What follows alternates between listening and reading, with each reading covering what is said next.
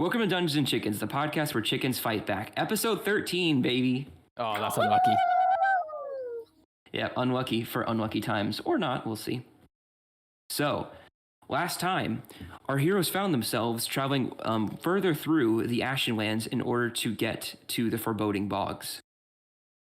On their way there, they had some antics while on the road, and within these like travel spaces, our heroes found food, played jokes on each other, kept watch very diligently only, and then proceeded to make their way through the Ashenlands, and get their way to the Foreboding Bogs, in which they heard some kind of wailing noises on the way there, and they when going to investigate this noise, they eventually traveled through a bunch of cave paintings, like this hallway where they saw a bunch of cave paintings depicting the sort of crazy writing that they've seen before, unbeknownst to them of what it actually was. Traveling through this kind of cavernous area, they eventually made it way to this huge spaced out room where they saw Humorous Marrow from a previous Halloween episode slaughtering a bunch of chimera creatures seen before all throughout the campaign, and he was slaughtering the creatures, and the heroes came upon a strange cave painting which depicted Rayon, one of the main 8 gods of the world, in the center of the painting with normal animals surrounding it. But as the painting went out, it was more crazy and monstrous animals that they see now in these times. So with Humorous Marrow kind of staying back to be able to analyze and trying to figure out why he's here and why he was brought here, the heroes went and saw a crack in the wall and managed to travel their way through and saw this triangular hallway where they saw a bunch of ancient writing. It was identified as Hefen, the ancient writing of an ancient people unbeknownst to them. Traveling through this hallway, they got into another room which was half collapsed, and in the center had an archway with like sigils of the gods. And under it, there was a sort of it seemed like a sort of some kind of arcane circle for some kind of purpose, unbeknownst to them as well. It seemed kind of scratched up and very, very old. And in the center of it was a pillar with a book. Delilah, being the brave one to look through this book, went and decided to read it. And while reading this book, they received a vision of multiple things, but of main things being there is a being known as the Dead Heart, which represents Rayon and his chosen one. And the ancient civilization that fell so long ago may not have had such a gradual ending and more of kind of abrupt and destructive one, as well as multiple facets of the creatures that they've been fighting this whole time seem to have been suffering internally and have a lot of fear. But that's for them to unravel along the story as well.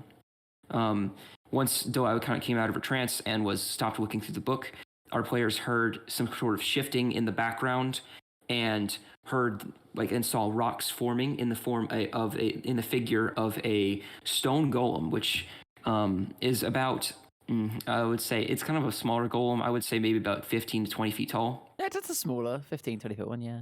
Smaller one, yeah. Which started to kind of shape itself together. It seemed a bit cracked, and knowing signaling it is sort of damaged.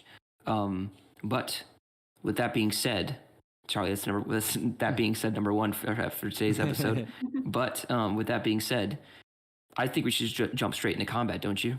I mean, if there's a stone golem in front of us, I think we should go kill it. Wait, I want to charm it. Now All right, we're gonna go ahead. I want to flirt with it. We're gonna go ahead and go to the battleground, and while I'm doing the battleground, everybody go ahead and roll initiative for me. Let's roll. Thank you. Oh! I am not going first. I thought there's no way I'd be going first. All right, so with combat being initiated, I believe Delilah, you are right here reading the book. Where is everybody else in the room? Where would your character have been at this point? I believe, Charlie, you said you guys are going to were staying back towards the door. The entrance is right to this other portion of the room, right into the back. Then in which case I probably would have been somewhere to her back right. As said, that when she was reading the book, I couldn't see her eyes. I couldn't see in front of her. All I could see was she was standing at a book and the pages were flipping. So yeah, I'd have been somewhere back there. And Aurora would be like right around here. Do you think, Bunny? Oh, right there. Yeah. Okay. And I would say Beatrix would probably be with Lyris, knowing the uncertainty of the situation. Sounds good. So, now with that, I'm going to go ahead and go through initiative order. Let me roll through the golem. Let me roll for the golem real quick. Golem.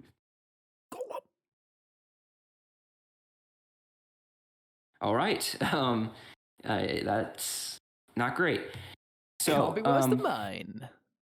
All right. So 20 to 25 to 20. 20 to 15. 19 for me. 19. Okay. So, all right, 19 for Bunny. All right. Then 15 to 10. 10. 10. So for who is that for? That was Rhea. That was Rhea. Yeah, Okay. I got 10. Yeah. 10 for Rhea. 1 second. I gotta roll for Beatrix real quick. Okay. Bitch. That you go there. Okay. Then 10 to 5. Moi at 5. Okay. The golem did roll worse than you, Charlie. Really? Wow. Okay. Yep, he's last. So, all right. I believe that is it. So, up first we have Aurora. Bunny, I believe you rolled the highest. Not me. Do it, Bunny. All right. So, what would you like to do? The golem at this point is at the back left corner of the room. Actually, he'd probably be like more like over here since he's like getting from the rubble, so he's even further from you guys than that. Okay, so I'm gonna have to make a ranged attack, probably. Are those pillars in the middle? Yeah, these pillars. So they would, I would say, Bunny, you would have a bit of trouble seeing. I mean, he's tall. Since he's like 20 feet tall, I'll say you don't get disadvantage while trying to hit him. Well, I could probably move, right? So I could get between the pillars. It's up to you if you want to do that, but yeah, I mean, I would say you don't have disadvantage if you want to hit because he's a big target. I'd like to move like over to the left, like a little bit. Okay. Yeah. Or like here. Yeah, that's fine. Okay. I don't want to have to use it. I really don't. But it's my only ranged attack, I think. Fireball. Unless, what does this do? Sorry, I haven't read this in a while. That's fine. What is Scorching Ray? I just love the idea of a sorcerer just being standing there in a fight and just like suddenly noticing a bit of magic. Huh? What does this do? Oh, I kind of want to use Scorching Ray if I can. That sounds pretty Do it, sick. Bunny. Describe it. Describe it for the audience. Oh no, I don't want to cast it by accident, but That's exactly what Alora did. She accidentally cast it. Like, oh shit. That's perfect. I accidentally. No, you create 3 rays of fire and hurl them at targets within range. You can hurl them at one or several. Make a ranged spell attack for each ray. On a hit, the target takes 2d6 fire damage. Okay, so how it's like magic missiles. How far away? So yeah. So then what's your range on that? 120. Yep, you definitely are in range. Okay, so. And this is one of those auto hit ones, right? What? Because I know like magic missile, that one auto hits. I know that from the one shot. That's what Awara used. Can you do me a favor, Bunny? Go to your spells and actually click on the spell so it kind of goes in the chat so we can all read it. I think I did do that. Oh, there we go. So you create 3 areas of fire, hold them at target's range, you hurl at one, blah, blah, blah. So make a ranged spell attack for each. Yeah, no. So it's not like magic missiles, dry bones. She has to make a ranged spell attack for each of the 3 rays, and on each hit it will be 2d6. So for the first roll she did was a 16. So Bunny, you're gonna have to do that. I'd probably 3 do times. it if you are aiming all 3 at him, which considering there's only one target, you probably. Well, yeah, I'm only hitting him, so. So you can click 2 more times, and then Drybones will let you know how many of them hit. Okay. 24. And 22. So that's 16, 24, and 22 dry bones. Those three are to hit. Okay. 16 does not hit. 22 and 24 do. Okay, cool. So roll for damage twice by just clicking where it says Scorching Ray underneath. And then do it again for the second one. 6 and 10. 6 and 10. Okay. 1 moment.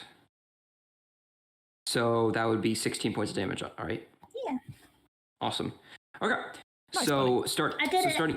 starting off the round and kind of already being in the location to the left of like the left of the room, you're able to kind of see the shifting movement first, Aurora, and you're kind of getting like the signal that like something's about to happen. So you kind of move over kind of prematurely, and as you begin to see this creature start to shift and move instantly, as he's been given a form himself and kind of get into his position, you launch from your hands. You launch 3 separate rays. One of these rays is like it's a glowing red ray, and you see as one of these rays goes wide, and it goes and like hits one of these rocks too far, and one of the rocks to the right of him. And you're kind of like, okay, crap, I got this. And the other 2 rays go and arc around these 2 pillars and go in between them and go and combine right into the creatures. I'm so cool. and combine right into the creatures. What seems to be like kind of general like abdomen areas, and it kind of just hits him right in the at eye level. Your version of eye level for him. Hell yeah. Cool.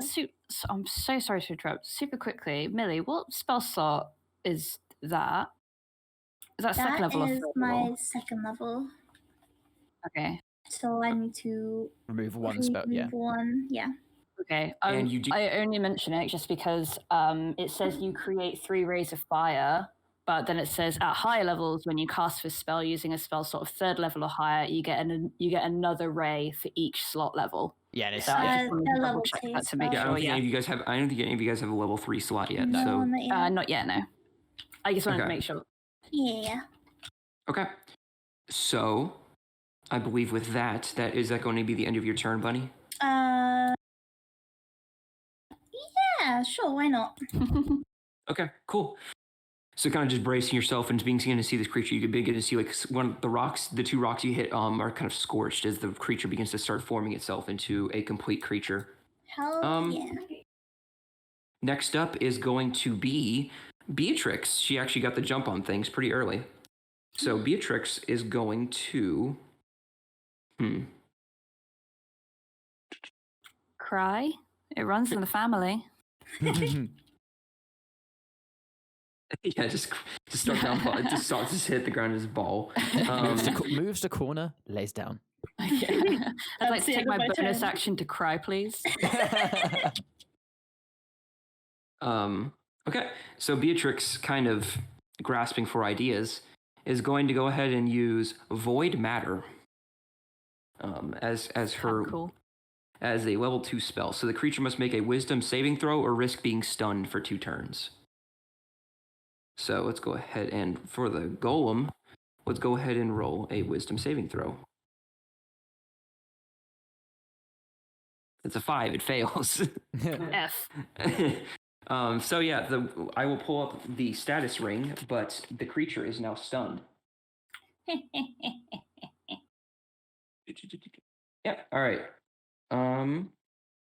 I will be working on getting that ring, but that is going to go ahead and end Beatrix's turn with that level 2 spell. Cool.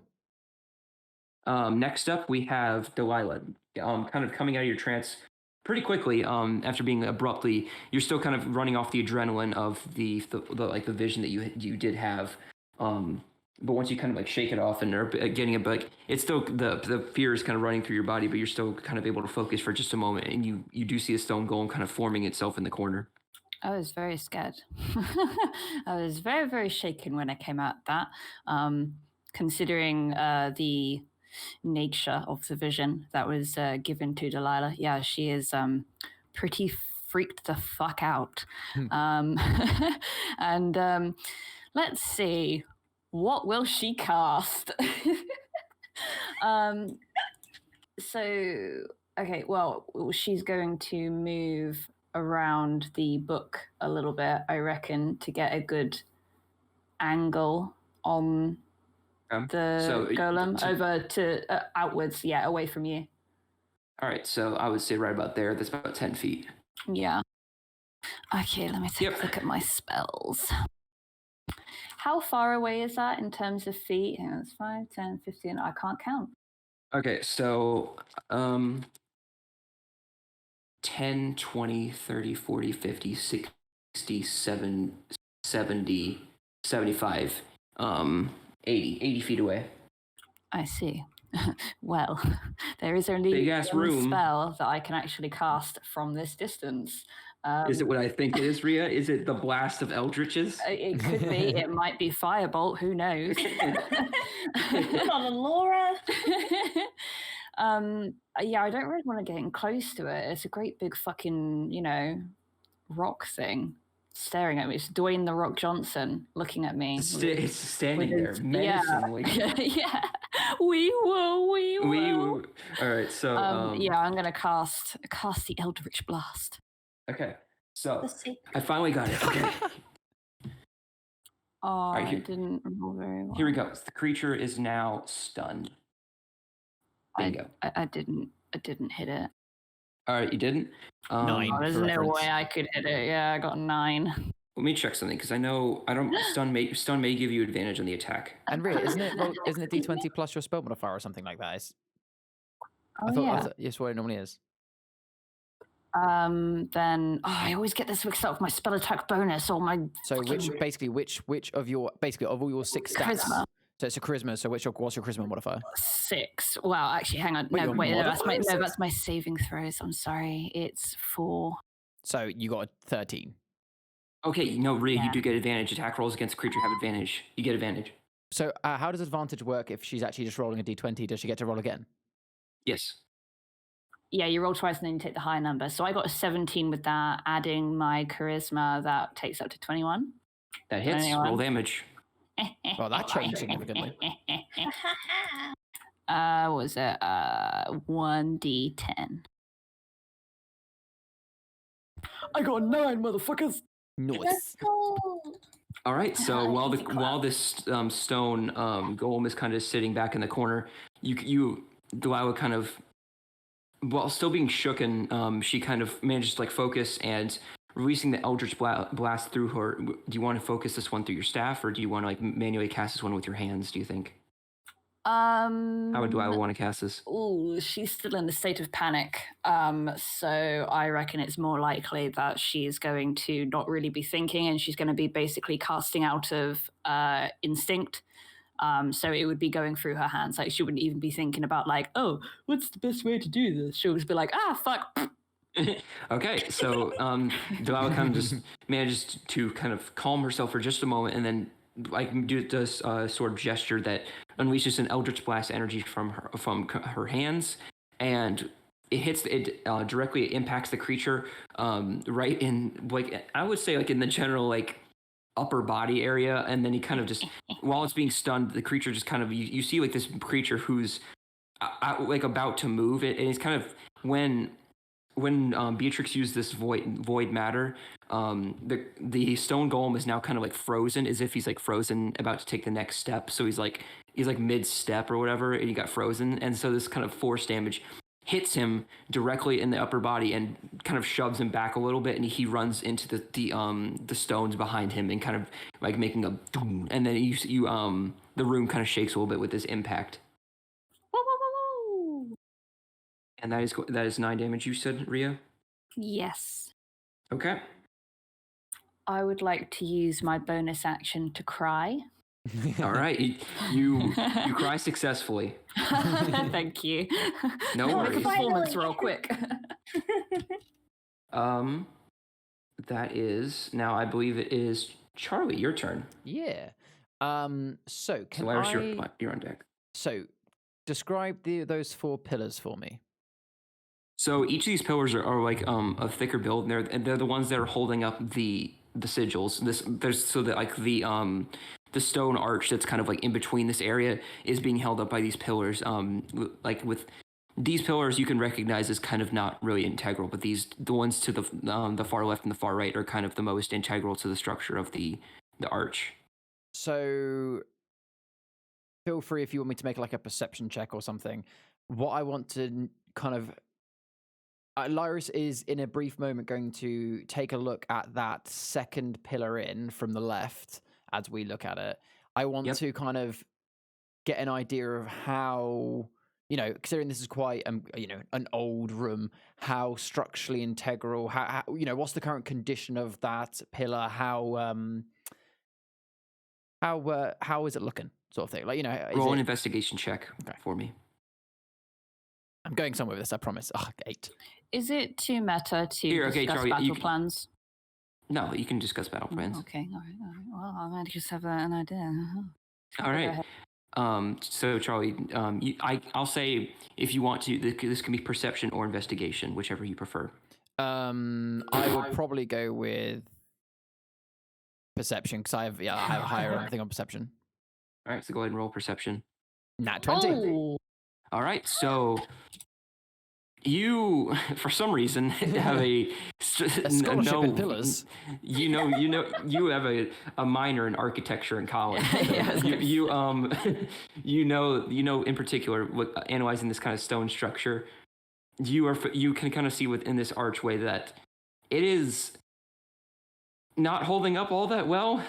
It's chipped and it is cracked, and you can see like a large crack going along the center of the pillar, as if it's kind of on its last leg. You have a feeling this room wasn't supposed to be underground, and so it's a miracle that this pillar is even standing. So any condition it is in is pretty rough. Okay, I've got one hell of a plan if this works. I'm going to keep it to my chest just for the coolness of it. So, what distance am I currently from that pillar? Okay, so if I was to run straight towards it, 10, 20, 30, 40, 45, 50, 55, 65 feet. Okay, I would like to... Okay, so I could do that. Yeah, that wouldn't work. Okay, I'm going to do it this way round. It does mean I've got to wait till my next turn to do the cool thing, but it'll work for now. So I would like to use my action this turn to dash. And I would like to dash a total of 50 feet directly towards that pillar, so leaving about 15 feet between me and the pillar. Damn it. Okay, so 10, 20, 30, 40, 50. Let's make that 55, actually. A little bit closer. 55. Yeah. There you go. Now, I'll leave this up to you. I'm happy to do this on my next turn if you prefer. My intention is to throw, as I'm kind of running, is to throw my light hammer at, presumably with my new fond intelligence of this single pillar, at a weak spot to start to knock over this pillar. Now, am I allowed to do that in this turn, or does that technically count as an action?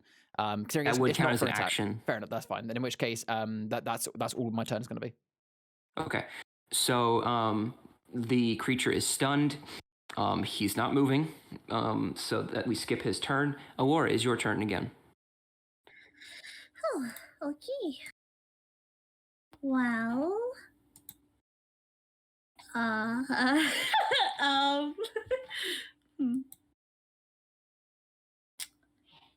so my staff, is that range? Is it ranged? Oh, sorry. You said, is it in what range? Like, is it a melee thingy? Yes, the staff is melee range. Okay, so I can't use that yet. Well, I'm trying to think, because I haven't really got much that's like, that's, like the long range. Okay, how close can I get to Lyris? 5, 10, 15, 20, 25, 30. He's 30 feet away from you. So you could, if you have 30 feet of movement, you can run right next to him. I think you have 35, don't you, being a half elf? Or no, is it just 30? I have 30, yeah. So I'd like to get next to, or as close as I can to Lyris. Aww. Oh, well, you said, who do you want to get? You said you want to get to next to Lyris, you said, or? Yeah, to Lyris. Okay. Yep, so you guys are in the exact same spot. So, Lyris, you kind of beeline it for this pillar, immediately seeing the creature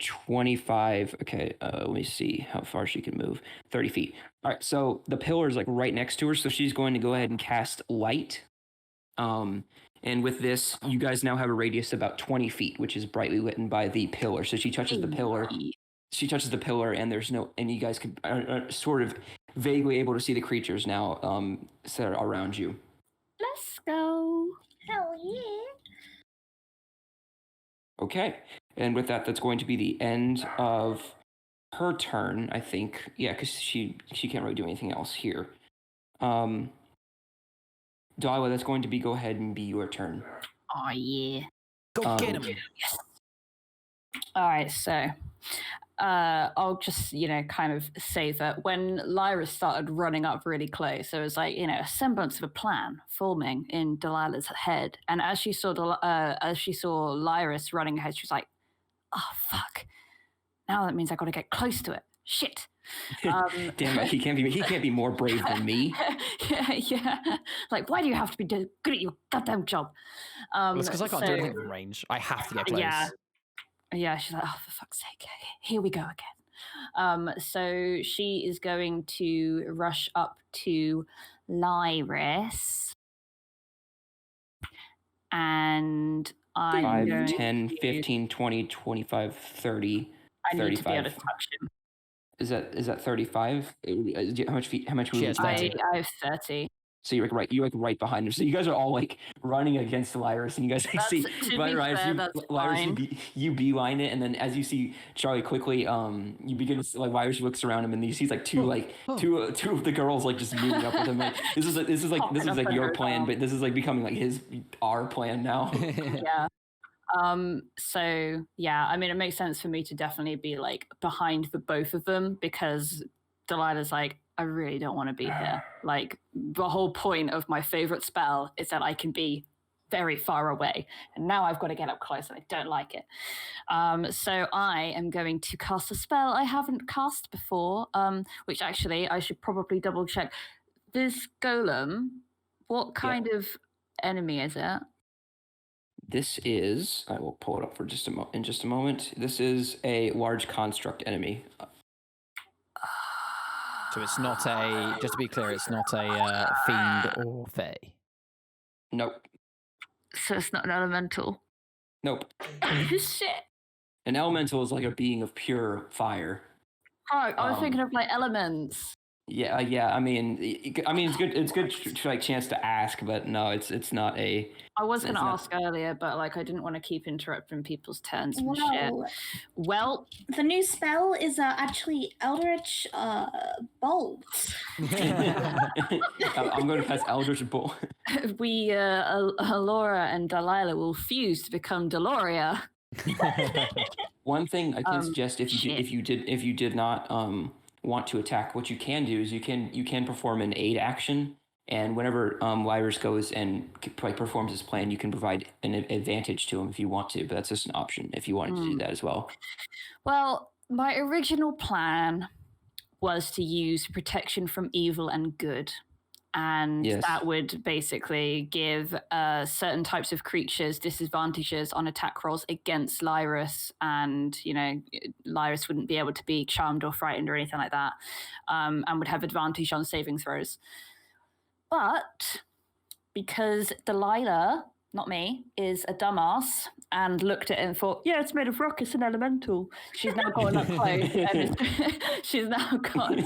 Oh, fuck. That voice is awesome. Thanks. Oh, yeah, it's definitely going to be an elemental. Rock go burr. Yeah, she's gotten up close and she's like, oh, wait, I think I read something about this a while ago. Yeah, I'm stupid. So yeah, she's just gonna be there like, I'd like my main action to be me sighing.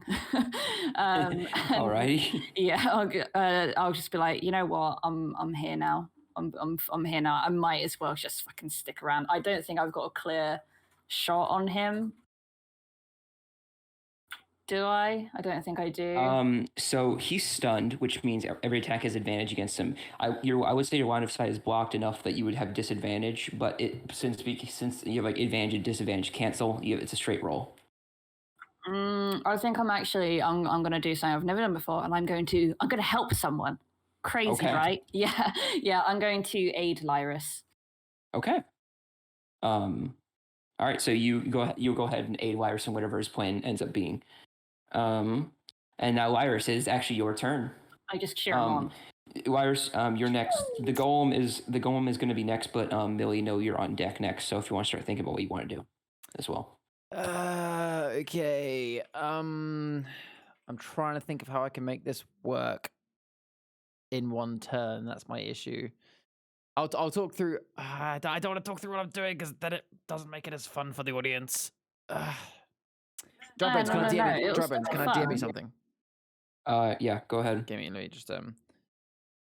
It won't make a difference. It really won't. No, if anything, it's going to be like, oh shit, that's his plan. Oh my god, is he going to actually do it? And then if it doesn't work, Send then me it'll the be DM. like, That is the lol. stupidest plan ever.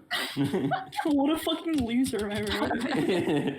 I mean, it can't be as fucking stupid as looking at something made out of rock and saying, yeah, that's an elemental, isn't it? Yes, I actually, while you guys were talking about it, I actually did look it up, and nobody asked if a golem is an elemental, so I don't think that's like a common question. So I don't think it is. I'm just making sure. I'm so angry. The rest of the session's going to be me talking in this voice. Oh yeah, let's go.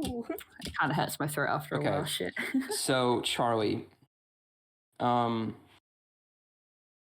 I'll say to you, and I'll say it I'll say it out loud, but I don't want to say it because you said you didn't want me to say it. Just like I can do a plan for either way, but just based on what I said in chat, just a simple yes or no. I won't feel bad if you say no. The thing is, it's like an eh. So Charlie, you can. I'll say you can throw, run, and jump, but not smack. But would I not be mid-air until my next turn? That's the issue I'm having. Is the plan that I've got in tie that I need to do it all in one if it's to make sense, but I can't do it. Because I would say throwing a hammer is an action, and also attacking with that hammer is also an action. But it wouldn't be attacking with that hammer. No. Okay, that's fine. Okay, I'll do something different. Okay, well, this is, I hate saying no to this. No, this that's sucks. fine. That's fine. No, I completely agree with why it's a no. It's just like I just wanted to check what is the limitations of my bonus action, because it's not actually attacking. It's more of a utility. Okay. Charlie, we can work together on it though. You come directly after me in initiative order. Charlie, I just messaged you an alternative solution if you wanted to do that. That's also pretty cool. Let me have a little read.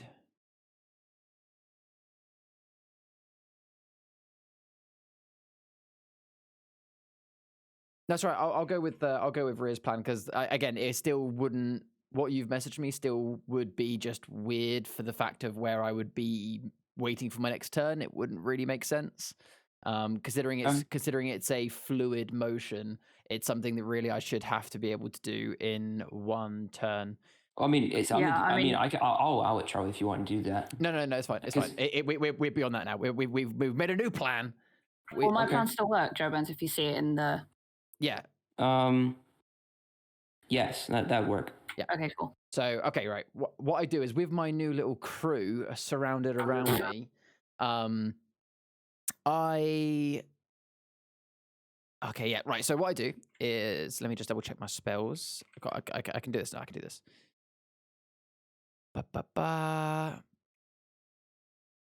So I'm just reading my spells now.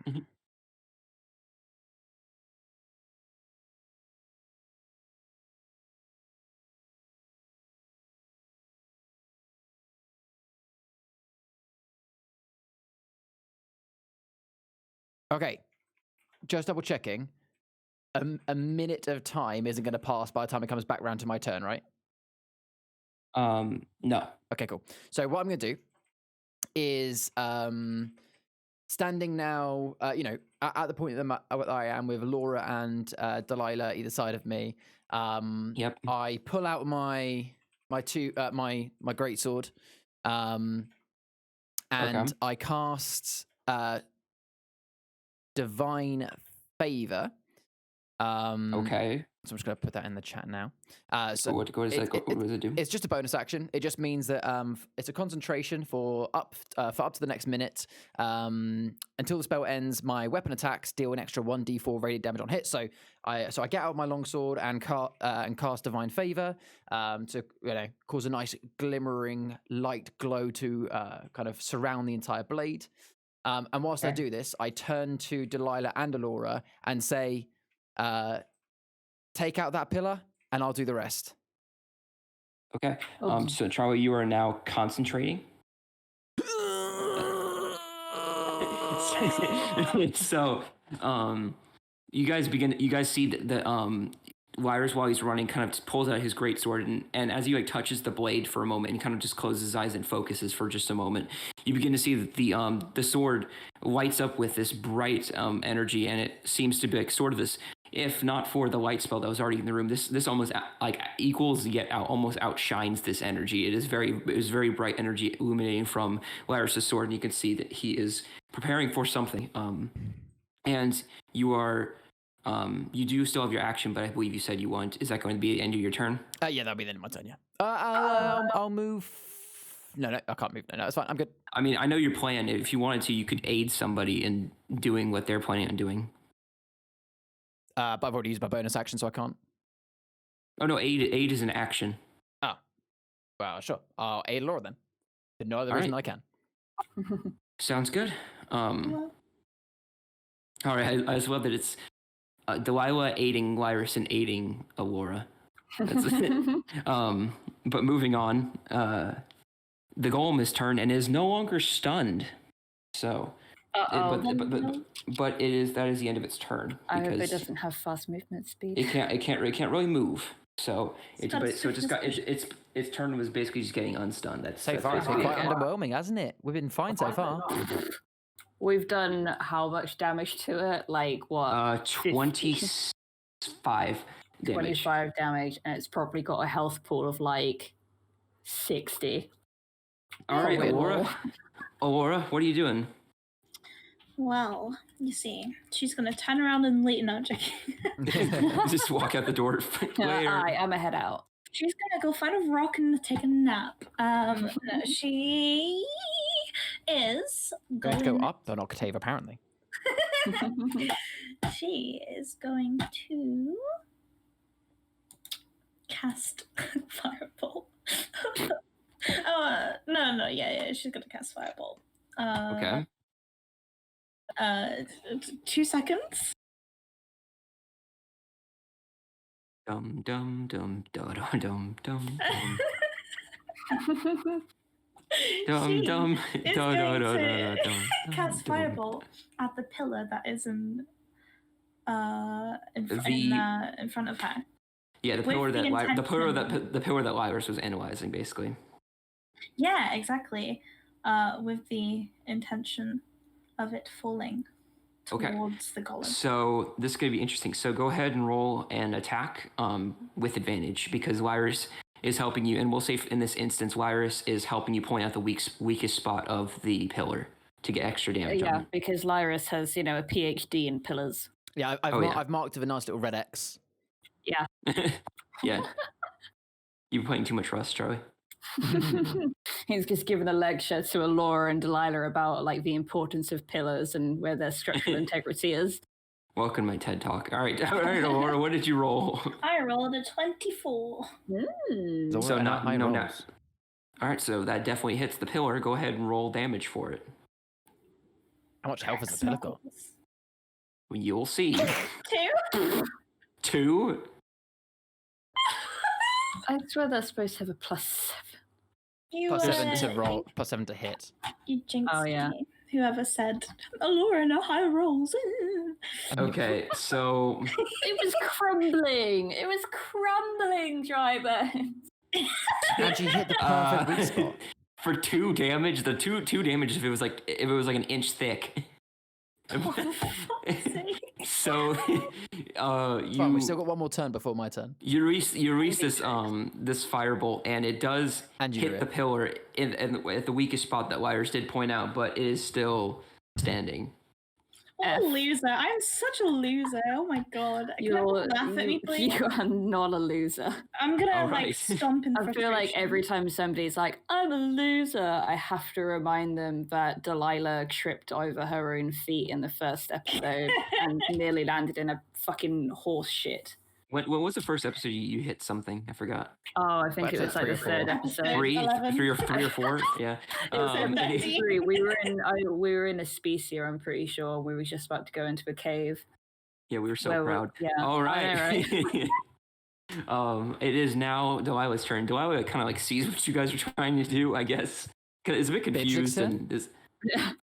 Yeah, Beatrix's turn. Beatrix is now gonna look at the situation. I would say that's what it's called.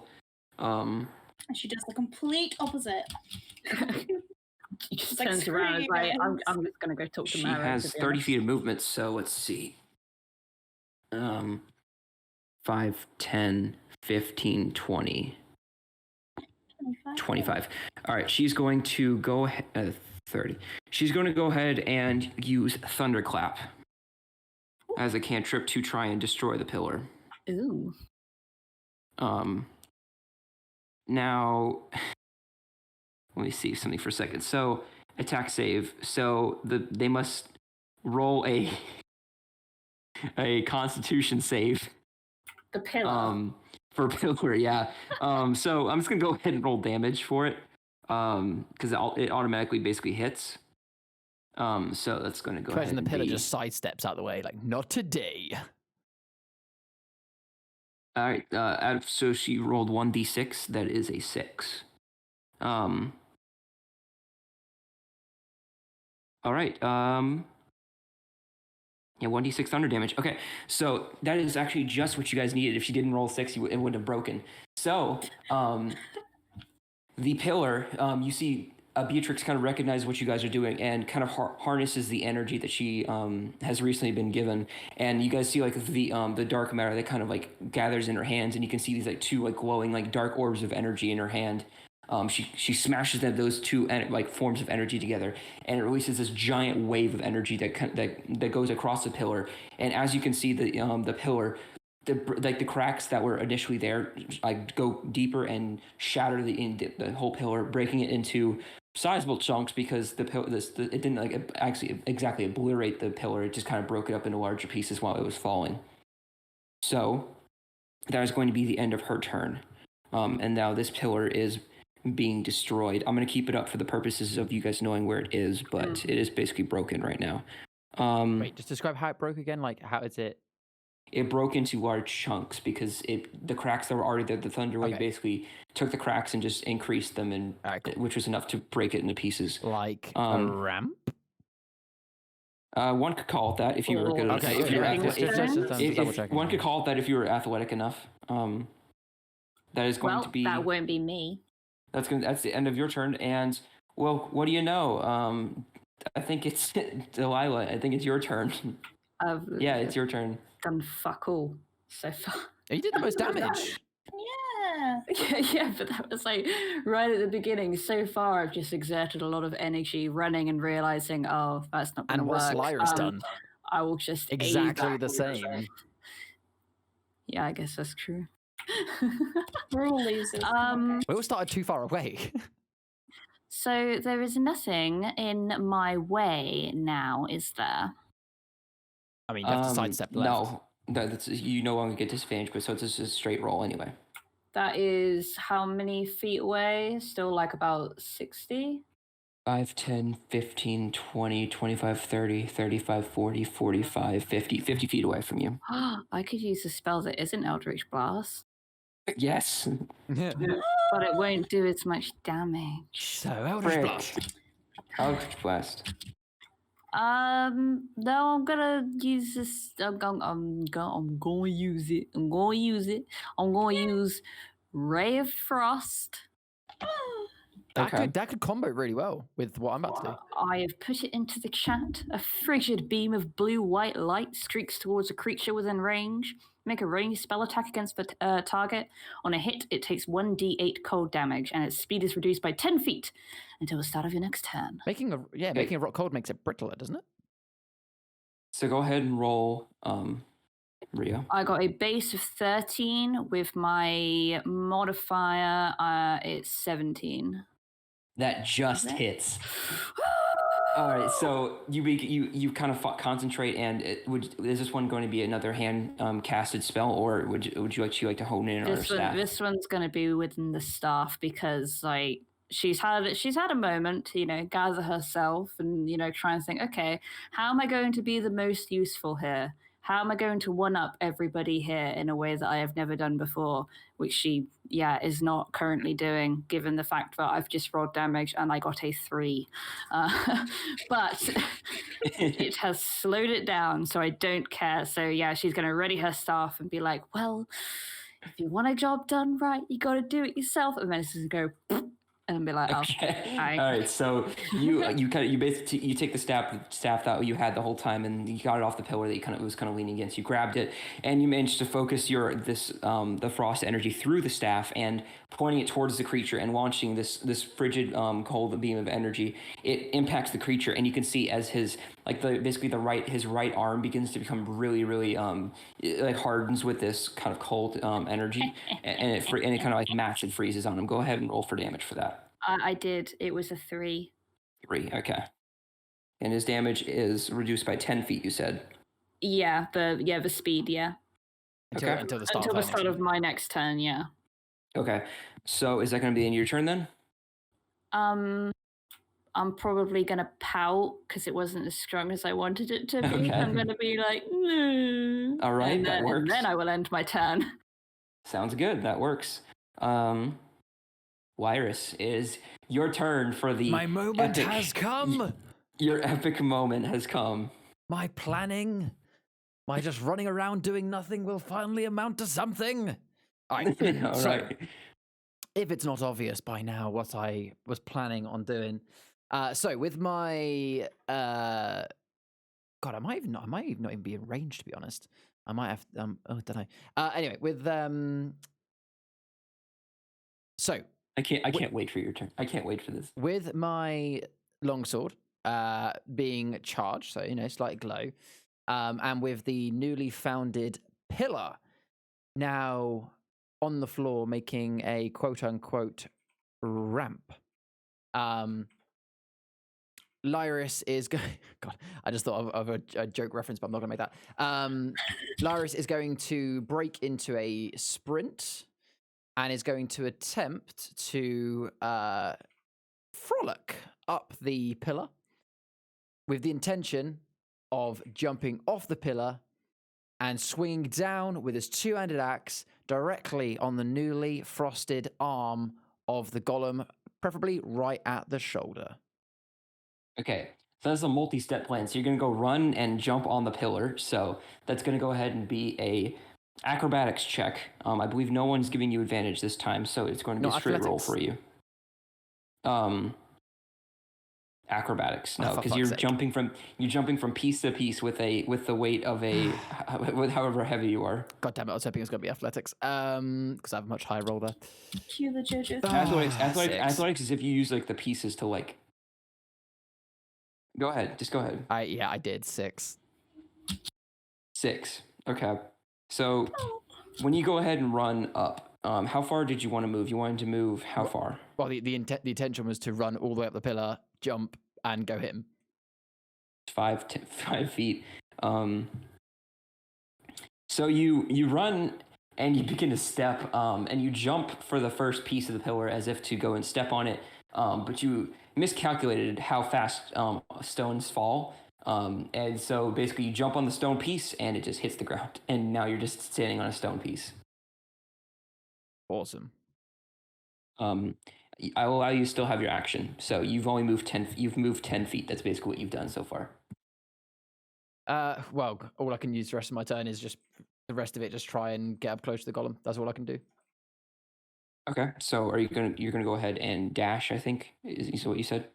I can't dash, can I? You still have your action. How far am I away from him? 10, 15, or 10, 20, 25, 30, 35 feet. So if you use 10 feet of movement, so I believe you're at 20 feet of movement. I'll just use. I won't use dash because I don't want to be like up in his face now. I'll just use 20 feet and move 20 feet towards him. Okay, so 10, 20 there, right there. All right, so you're right there on the map. Mm-hmm. All right. That I believe that's going to be the end of your turn, correct? All I can do, yeah. All right. So now that the golem is finally able to do something, he's going to go ahead and move, and he's going to move towards Lyris because that's the one person closest to him. And he is going to 5, 10, and he's going to use his slam attack. Here we go. 16 to hit. Miss. All right, so you kind of as you are very unimpressed by your epic move that you tried to pull off, you see that in front of you the stone golem begins to kind of move swifter than you initially believed. He begins to walk fairly quickly, and he raises both of his like fists up in the air and like with arm bent as if to kind of come down as this with a slam, and he slams both arms down, going to slam, but you kind of recognize this pattern, and you swiftly jump to the left side and barely just avoid being slammed and being smushed. Nice. I believe. Yep, that's going to be the end of its turn. Aurora, is your turn. It's the start of the turn, and now that the pillar has been destroyed and no longer of use, there's no longer a pillar blocking the way. This pillar's still here, though. Easy clap. All right, Aurora, it is your turn. Do be my turn. Okay.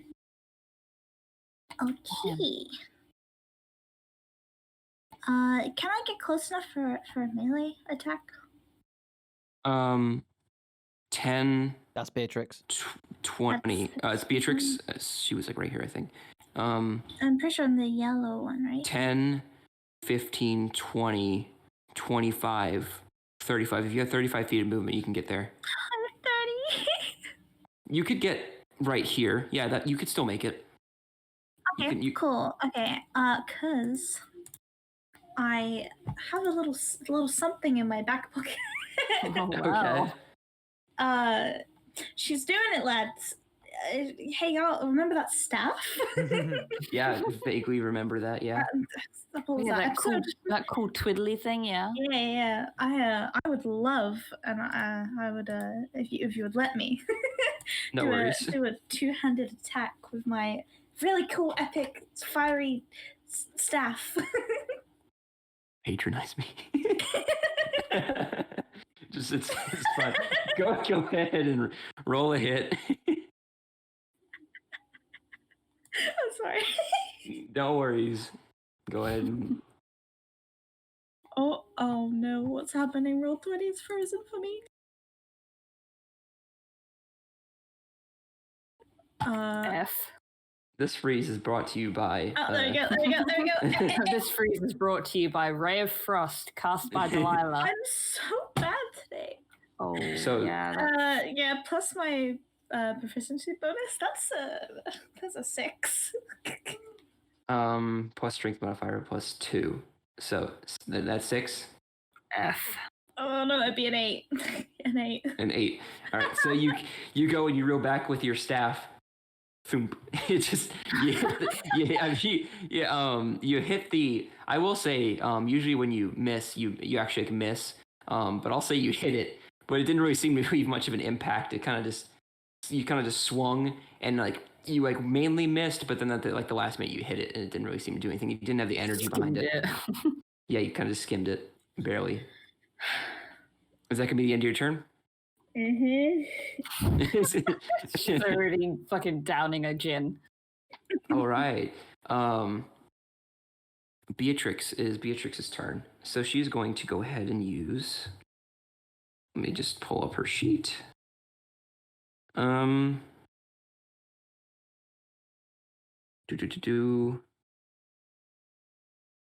She's going to use. She's going to go ahead and use Charm Person on the golem. So she moves and she range area 30 feet. Yep. So she's 10, gonna charm 15, it. She's actually gonna flirt with this fucking thing. 5, 10, 15, 20, 25. Yep. Of course she would. Within range. She's going to go ahead and use Charm Person. He must make a saving throw, and her saving throw spell DC is. Let me just pull that up. Save DC is 14. All right, so let's see if he makes this save. It is a what saving throw? Charm Person is a Wisdom saving throw. Yeah. 18. He doesn't. Well, she does like a small motion with her hands, and nothing seems to have any different effect. Surprisingly. But I think that's gonna be the end of her turn. Actually, that's what you get for flirting with a rock. They're big, strong men. I like this boulder. You're so That's a nice boulder. Nice boulder. Nice cock. What is your turn? What? Oh, sorry.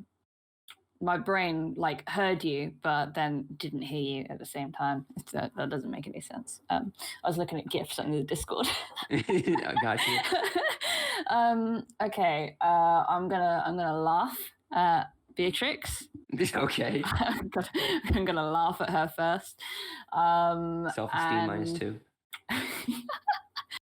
-2. Can I cast Eldritch Blast?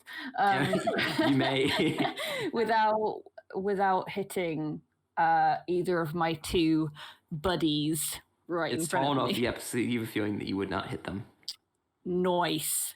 I would like to do that. Okay, so Eldritch Blast. Let's keep going, baby. Go ahead and roll the hit. I got a base of 18, which means I got a 22. That hits. Roll damage. I got a 5. All right, so you once again release the force damage from your staff. You focus and you shove it, and then as the force damage impacts the monster, it kind of goes back a foot or two, and then slams into the rocks behind it. Once again, it seems to be causing some decent damage so far. Oh, wow. I'd like to, kind of look at my nails and be like, that's how you do it. And kind of like a little side eye at Beatrix and just be like, well, clearly one of us sisters is doing her job. Oh, yeah. Shade. Oh, damn. Is that going to be the end? Is that going to be the end of your turn? Yes. There's nothing else I can do now. Okay. So go ahead. Now is Wyrus's turn. Wyrus, what would you like to do? So just to be clear, how odd question to ask this many episodes into D&D. How many seconds is each turn? Just to get an idea of how time 6. works. So each turn is 6 seconds, yeah? Yep. So, and how many of us there are currently in the battle board? There's 5 of us, isn't there, including the golem. Okay, so that means if I cast it, then 1, 2, 3, 4. Okay, so so theoretically, my 1 minute concentration should still be there, yeah? It lasts for a while, yeah. Okay, it probably will go after this turn, because, yeah. Okay, in which case, nice and simple, to be honest. I, after stepping aside, after almost being hit, trying to put behind me the failed attempt to be cool. I simply just kind of get back to my feet properly, and go ahead for a good swing with my 2-handed longsword. Right, specifically at this point, going for his kneecaps, I guess. Go ahead and roll a hit. Oh, fuck's sake, 9. 9. Mm-hmm. You swing, does not hit. Seems that you as he like kind of like stands up again. You go to like swing for like what would like where his legs would be, but he swing up. He's like, wow, his legs are a lot smarter than I thought. And then you kind of like he like lifts his arm up and you swing and then you miss that specific time. Lyrus, you've had your obviously you've had your concentration spell up for about 2 full rounds now. So it's been about that would be it surely, because if it was five of us, 2 rounds each, that's 10 times 6 is a minute. That's gone. Well, no, going through everybody one time is 6 seconds. Oh, right, it's not 6 seconds per. So far it's been about 12 seconds. Yeah. So right. After this turn it'd be 18. So it's fine. But at this point, Stone Golem's getting a bit annoyed. So he's gonna go ahead and make a multi-attack. So he's gonna go ahead and attack multiple times this round. He's gonna slam twice. That's cocked. That's a 26 to hit on Lyrus. Yep, that hits. Oh,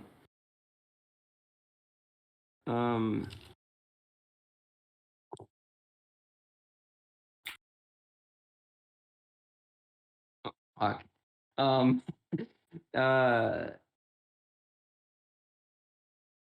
That is an insta kill. Goodbye, Lyrus.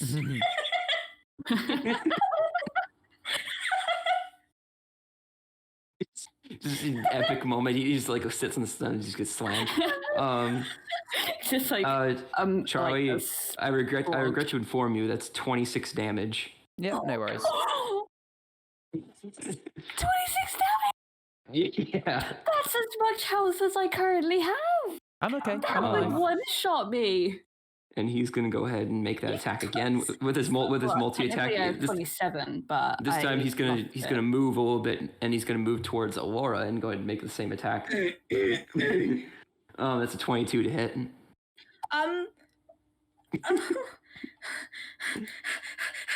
Oh wait. Laura's on me, right? So I can use my fighting style protection. So he has a disadvantage on the attack roll for against Laura. Okay. All right, good shout. Oh, that's a 21. It's why I've always said stay near me. 21. I'm guessing that's still. I guess that hits. 21. Okay, yeah, but I have a spell called Shield. Yes, you do. I was waiting for you to call it out. Reaction. Yes, you could use that. Just give me. Oh no, wait, I'm bad at maths. So you're not gonna cast shield. Nope, not gonna cast shield. Nope. All right, so we're gonna go ahead and. Okay, it's lower the attack roll than what Lyrus got. 17 points of damage. Mm-hmm. So, Lyrus, after you a swing miss, he kind of like reels back and he like punches you, and you feel at this moment your armor kind of. While Steel Fist Legion is some of the strongest armor in the land, you kind of see that you now have like a giant dent in your breastplate at this point, as he basically like punches you and you hit the pillar behind you, and you feel like the breath is knocked out of you and you're absolutely winded as you collide against the pillar behind you, and you're starting like your vision's kind of spinning as well. Then he kind of shifts over and he goes for Aurora, and as you're Aurora, you're taken aback by Lyrus getting smacked against the pillar. You are caught off guard when he goes and he makes a sweeping arm attack and it hits you and it kind of knocks you off guard and you kind of go sliding across the floor a little bit. Ouchies. That's gonna be the end of his turn. Aurora, it's your turn now. Well, you little bitch. I'm really close to it, aren't I? I was gonna say, okay. Well, attempt 2 of using my epic cool stuff. I'd like to make a one-handed attack. Okay. With my staff, please. Sounds good. Please. Bum, bum, bum, bum.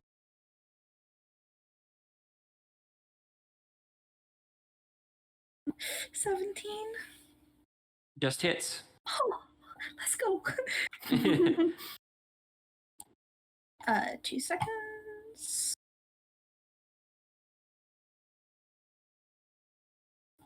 7. 7.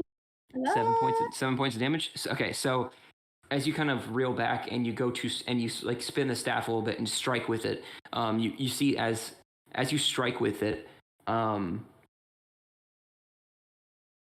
you see that like as you like strike the creature, what normally wouldn't be you have a feeling that hitting with this creature with just a regular staff would kind of not work as well. When you strike this creature with your staff, though, the impact seems to kind of ripple throughout the creature, and the flames of the staff kind of flare a little bit as you hit the creature. And you said that is 6 points of damage, or 7.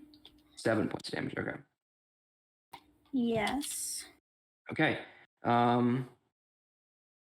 I can move, right? Yep. You still have movement. I kind of want to take steps back because I'm kind of very reliant on my spells, and I can't really. I'll be disadvantaged if I use my spells up close. So yeah. Yep. Okay, so he can get an attack of opportunity. Oh no! Okay. That's up to you, though.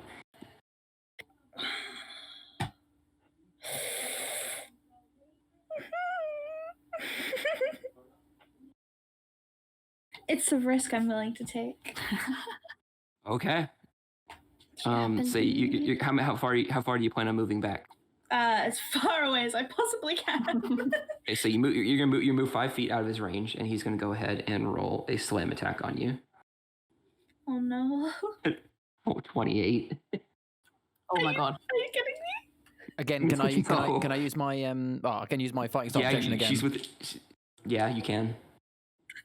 Okay, so that's a disadvantage. 21. I gotta use my shield spell. Okay.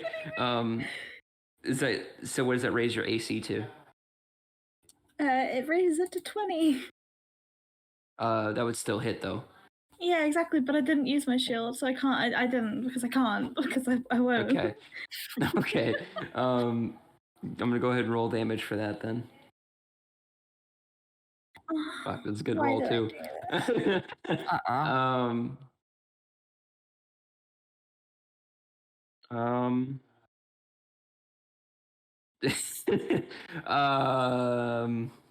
Just say it, drivers. I don't know if I want to. Just say it. I know what you're about to say. 21 points of damage. Yep. Dead. So Dead. I'm dead. okay, you're unconscious though. You're not dead. Wait, is that literally taking you down to 0? Yep. Well, Unconscious. I So took 17 points, and then I just took, what was that? 21. 20. Yep. So I'm dead now. Well, I'm You're unconscious. Yes. So yeah. So you're right now you're unconscious. Poggers! I just wanted to be big brain. But you're right there. So you kind of, as you kind of like try and like run and get away from him, he kind of catches you at the tail end of your run, and he slams down, and he manages to strike the your legs, and you kind of stumble and fall back.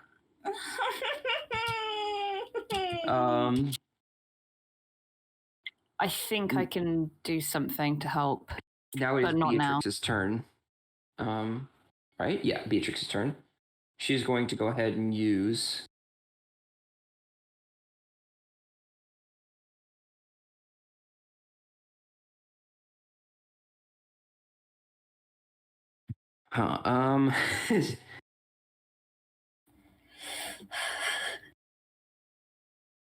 I've got she's gonna go ahead and use.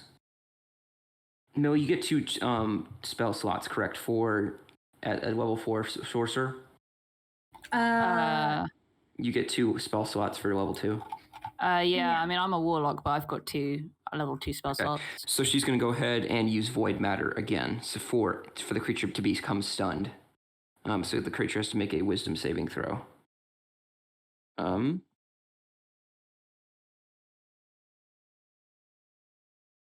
Okay. 13 does not save. Yes. He is now stunned as well. So all attacks have advantage, and he cannot take reactions or move. Okay. So, with that being said, I believe that is going to be the end of Beatrix's turn as she goes and casts a spell. Next up, Delilah, it is your turn. Okay, right. I have a spell that I would like to use, but I would like to double check that I can use it because it is worded in a slightly odd way. Okay, go ahead. It is a cantrip called Spare the Dying. Target, I have to be touching a living creature that has 0 hit points.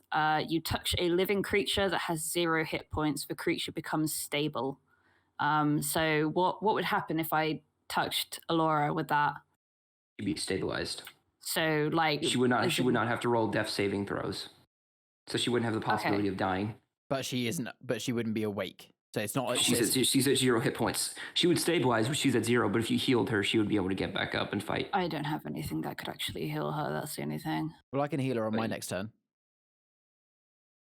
Yeah, because before that happened, I had a plan of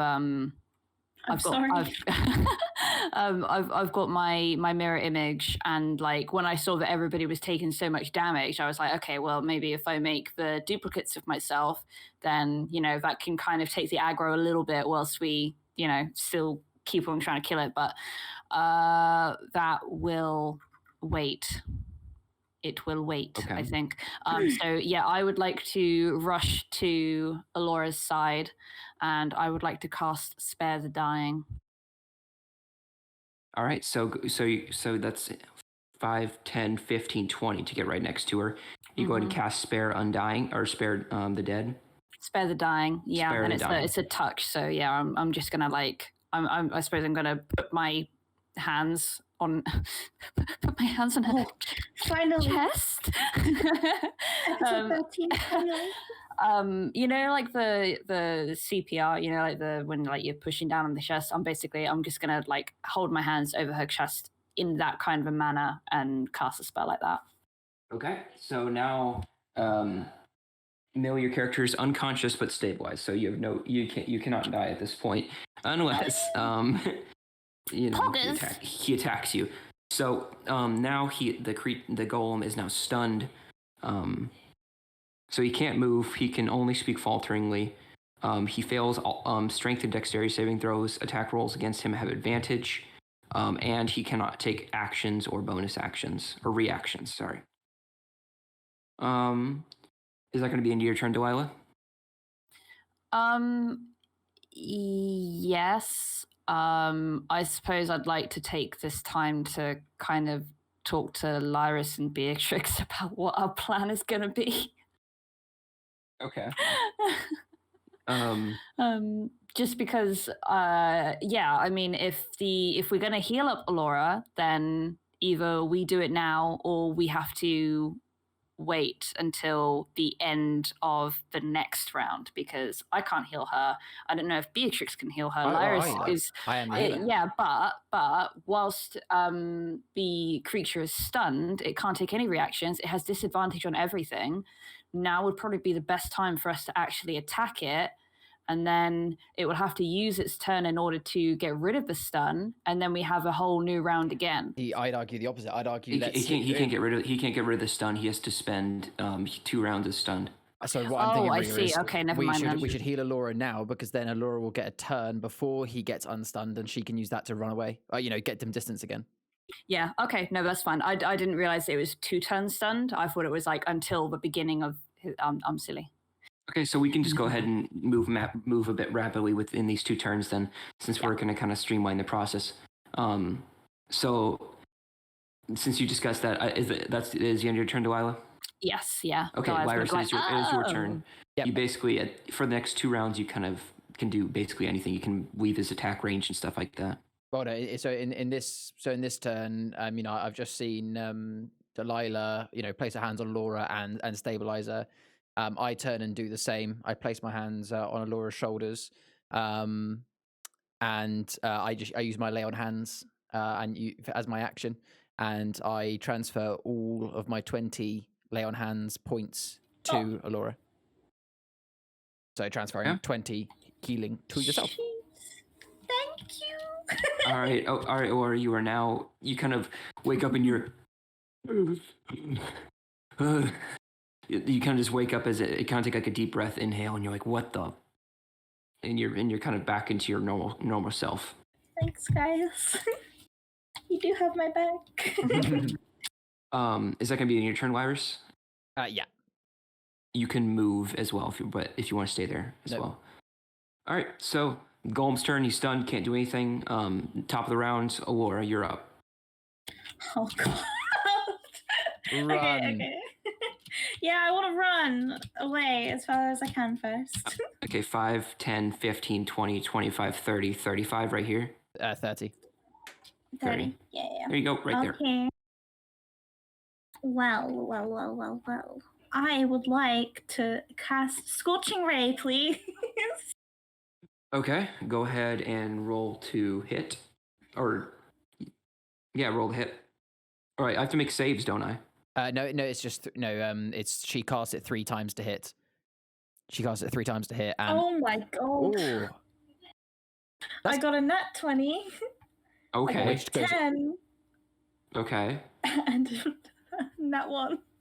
That one. Okay, that's a spectrum. That's a wide spectrum. Can I just say that with the nat 20 plus 7 is that 7 27. total? Is that 7 total, or is that? Okay, 7 total. What do you mean 7 in total?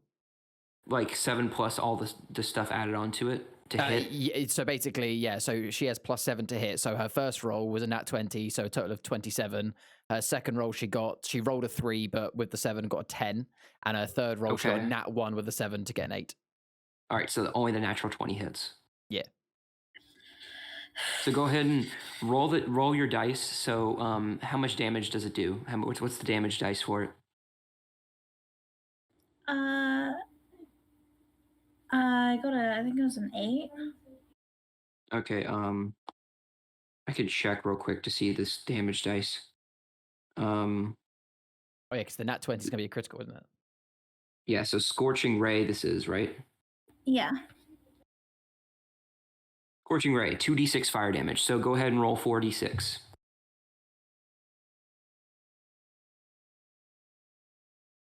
You got this, Bunny. Oh god. 10. 4d6 and only got 10. Okay. Got 2 ones. I'm so unlucky. What the hell? Not as unlucky as Lyris. So you go ahead and you release these 3 bolts of energy, and you're kind of regaining your consciousness. So you're a bit woozy, but 2 of the rays go wide as well and almost hit Delilah, but manage to kind of arc, and you kind of shit, and you kind of like manage to barely get a hold of it, and you arc it so it hits the wall, not Delilah. The other one hits the pillar on the far left, kind of causing it to shake a little bit, and the third one impacts the creature. Actually, you know what? You have advantage on your attack, Alora. So you can re-roll 2 of those 2 that missed, because natural 20 is the highest you're ever going to get. But you can re-roll those other 2 to see if you get a higher number. Well, can she not take the advantage number on the other side? Because that'd have been 23 and 16. Okay, so 20. Then the 23 hits. So one of them does hit as well. So my bad. That's my mistake. So go ahead and roll damage for 2 of them. So it's 10 and what's the other one was 16. How much is second? Yeah, so 2d. Roll another 2d6. 2d6. Or wait, 46 or 2d6? 2d6. I'm sorry, my brain. I'm dyslexic, so I can't read. There we go. A 9. 9 points damage. That's great. All right, 9 points. 9 points you didn't have before. So. Hell, true. So you go ahead and two of them, my mistake, hit the creature. One of them hits it like right in like this, like the center of its being, like, and kind of seems to really shake it up, and kind of really leaves this huge scorch mark. The way as you kind of you have a feeling that this boost was kind of due to like your rage for being knocked down. You're kind of at this point, you're kind of getting fed up with this creature, and the other one goes wide and almost hits Delilah, but you kind of get your handle on that. So with that, is that going to be in your turn? Then I believe that is your action and movement. Yes, I'm pretty sure that's everything. Okay, so next up is going to go ahead and be Beatrix's turn. She's going to go ahead and cast Acid Splash.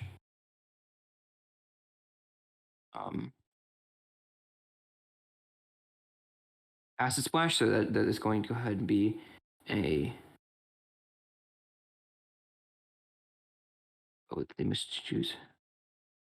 Must succeed a dexterity saving throw. So the creature, a creature that's stunned actually automatically fails any dexterity saving throw. So, so that's going to be 1d6 of damage. 5 points of damage from the acid splash. So that you guys see as Beatrix kind of moves, she has to. Oh, range area is 60 feet. So as you guys kind of see, she kind of like reels back and like through this dark energy that's like kind of like gathering in her hands. She releases it, and you can kind of see this acid that normally would seem to be kind of wouldn't really have too much of effect. It goes and lands on the creature, and it not only just it kind of just burns the rock around it. This is very strong acid splash as well. So, while incapacitated, while stunned, it doesn't really move while doing so as well. So,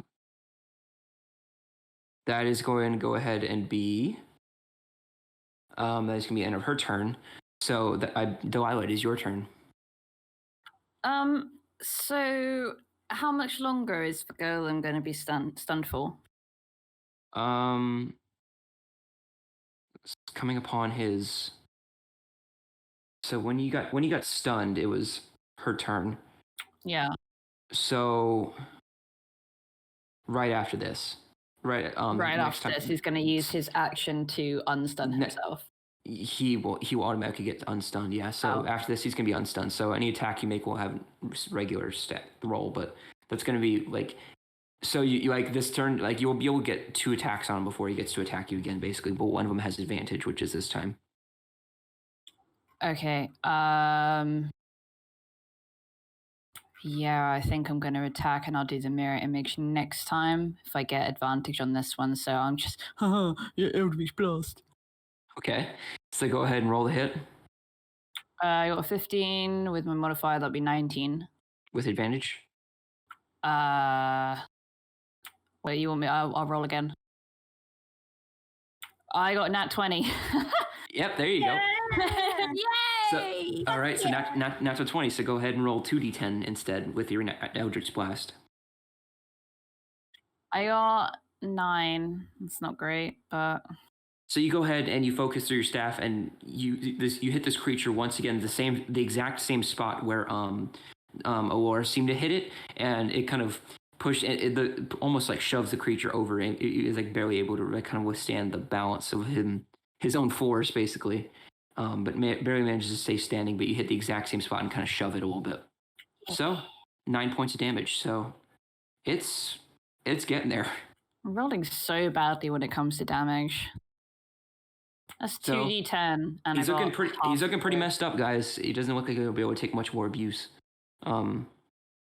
But that is the end of. Is that going to be the end of your turn? Is there anything else you want to do on your turn? No,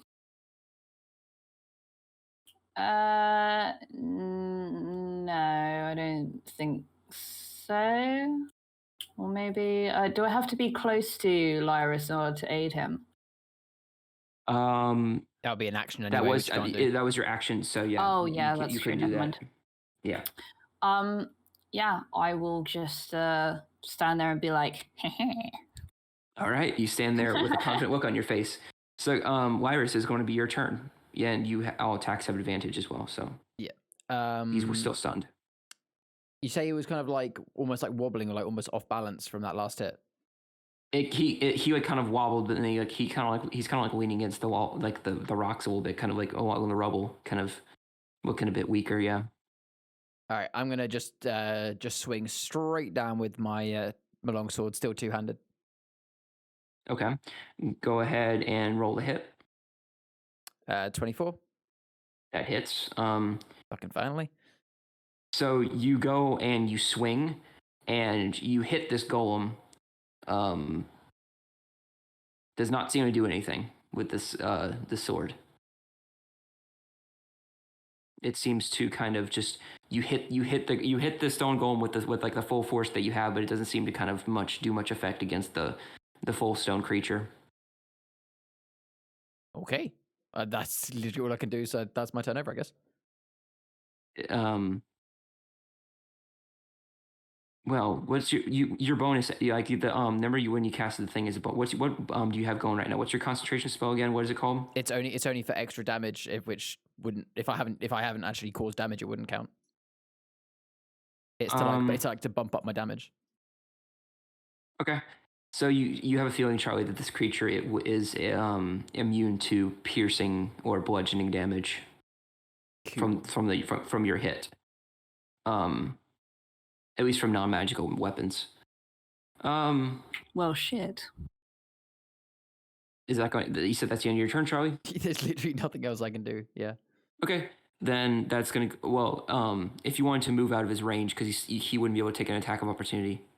No, it's fine. I might as well stay there. If anything, I'll be a meat shield. All right. So go ahead, and now it's his turn, but he's stunned, so now he's unstunned. That's all his turn. Alora, it is your turn. Okay. What did you say about it being immune? Virus seemed strike this creature pretty much dead on, and it didn't really seem to do much against him. Okay. And that would have been piercing damage, I believe. So it didn't really seem to do anything. Okay.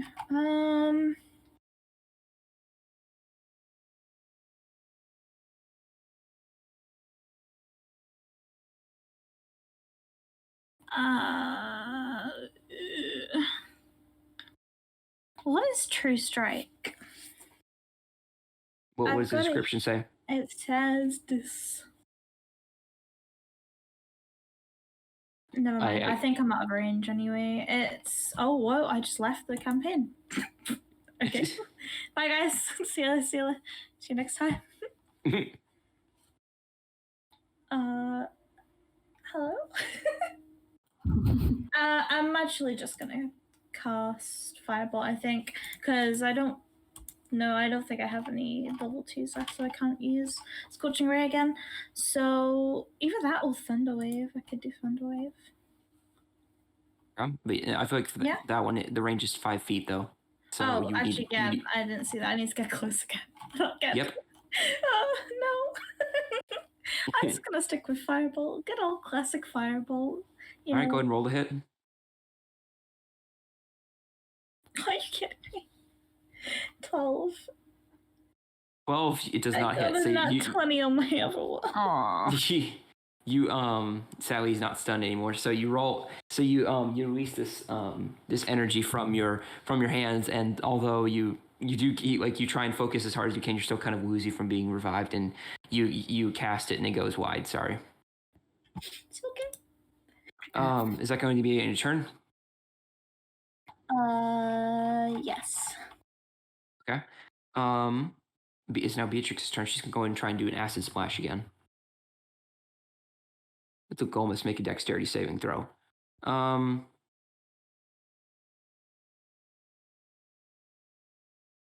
golem does not hit. So he makes the wisdom save DC, and so the acid splash, while Beatrix kind of like uses and combines the energy in her hands to kind of create a large acid splash.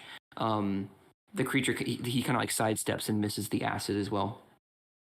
So he is not affected by it. He is not hit by that. Damn it. Now, with that, it is going to go ahead and Delilah, it is your turn. It means. How far away from it am I? 15 feet. 15. I feel like this thing's probably got quite a hefty constitution. Only that you can guess, but up to you. I mean, I suppose that's just my opinion. Maybe I don't really know. Yep. I have a spell that I've not used before. I don't like to keep using Eldritch Blast, but it's my highest damage spell. But this one is I don't know. I don't like it when you have to make a saving throw because then it's a little bit. I also don't know what the saving throw would be. Or which as in spell? Actually I think it'd be 14. The spell that I'm whatever your spell save DC, that's what it is. Okay. Yeah, the spell that I'm considering is Poison Spray, and they have to succeed on a Constitution saving throw, or they take 1d12 poison damage. Okay. But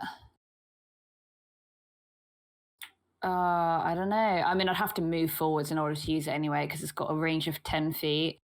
Mm-hmm. Yep. You're within 10 feet, aren't you? I'm in 15 feet. 15 feet away. If it wasn't looking so kind of... Actually, wait, no. It's dead. Oh, no. You are 10 feet away right now. Yeah. You are 10 feet away. Oh, do I chance it? Do I chance it, or do I decide to go for something that's going to be a bit... What happens when I chanced it? I'm going to try it. All right, go ahead and roll the hit. All right. What was it? It's D20. I got a natural 20. For a... So is this... I thought you said this was a save. Is this a save, or is it... It is, yeah. Sorry. When you said roll to hit, I was like, okay, that was my D20. mistake. And then I literally just got a natural 20. Sorry to burn a natural 20, but what kind of save is it? Constitution? It's a Constitution.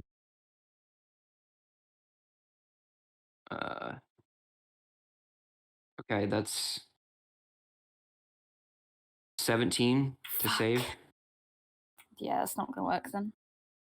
Yeah, he seems to you splash the acid and like the poison spray on him, but it doesn't really seem to affect him much. And you have a feeling that even if it did like fully grip onto him, it wouldn't have done any really damage to him. Oh, it's so annoying. God damn it. Fucking burnt a natural 20. That's my second natural 20 in a row. Yeah, that was personally my mistake. My bad.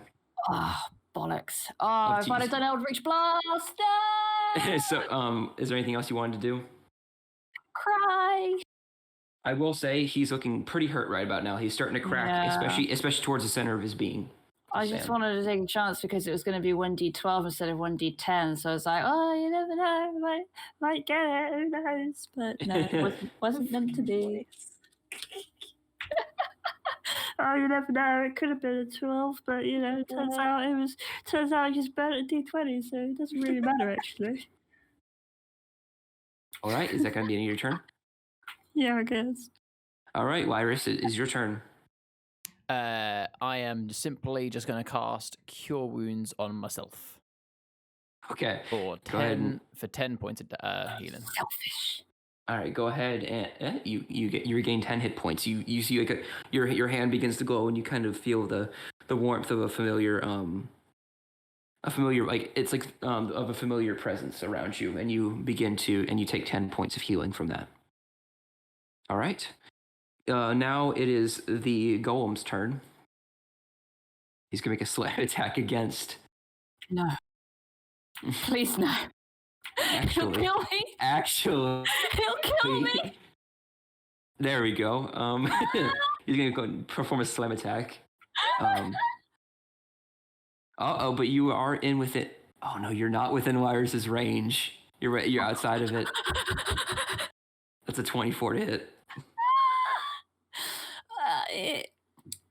You know what? Actually, it just hits. Just hits. Okay. He rolled pretty shit. Oh, thank God. This is where you're like, yeah, 24 hit points. I'm like, no. 13 points of damage. Okay. All right. What is that? Oh, that's literally half of my health. Yeah, so he basically he goes over and he kind of like sidesteps wires while maintaining within his range. He goes and he basically walks over to you and he basically slams down with his hand and he manages to kind of catch your arm and it kind of he slams you to the side and you basically go skidding a little bit. Prick. That's for Golem, not Prick. you. Yeah. All right. That's gonna be the end of his turn. Aurora, is your turn again. He's looking pretty hurt. Okay. Right. I am going to cast. Wait. So I have. Oh wait, I have 3 level 2 spells, and I've only used 2 Scorching Rays, right? Yeah. So you use both your spell slots for that one. It says I have 3.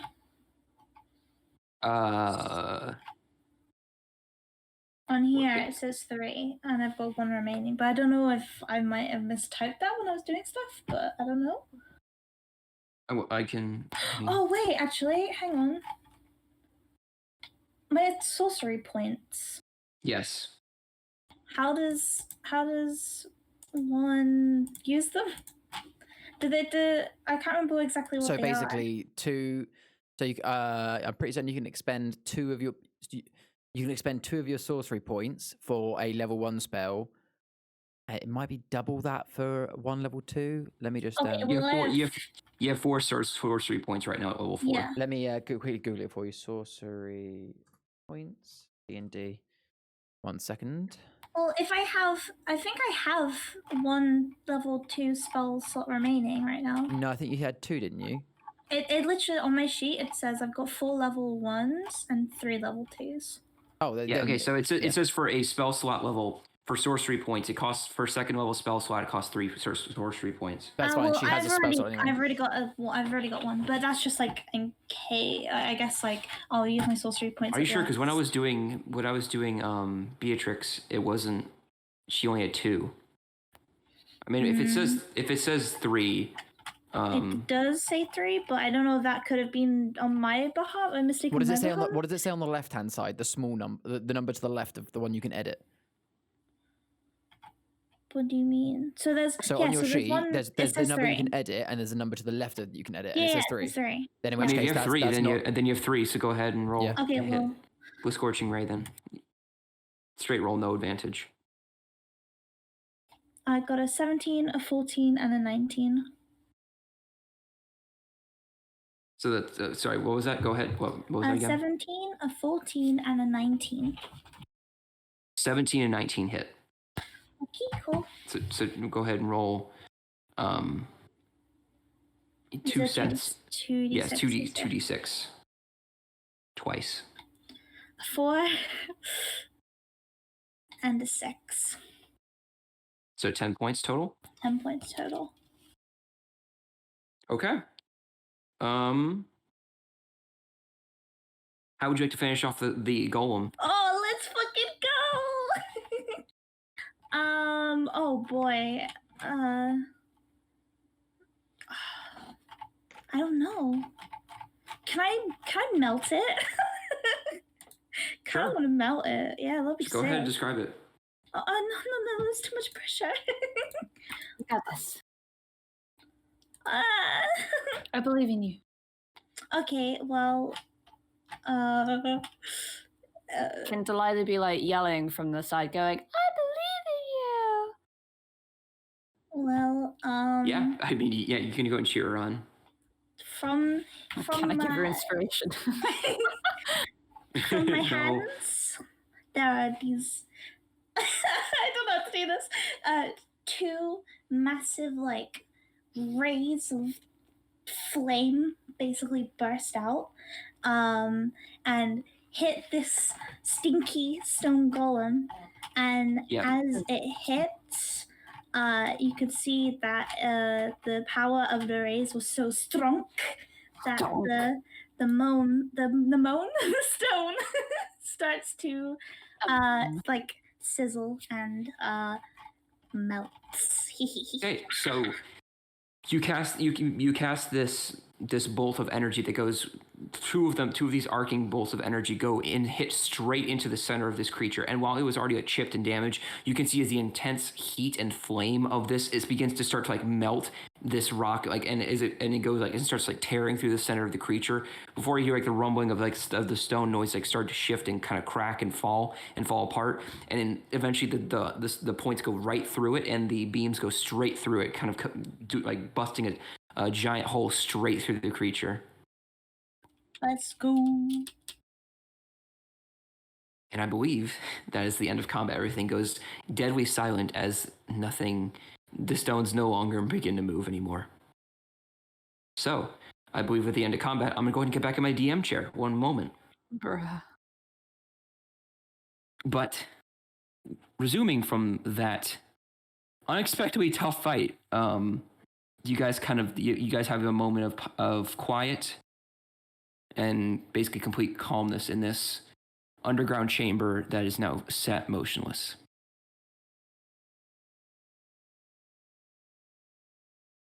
Well.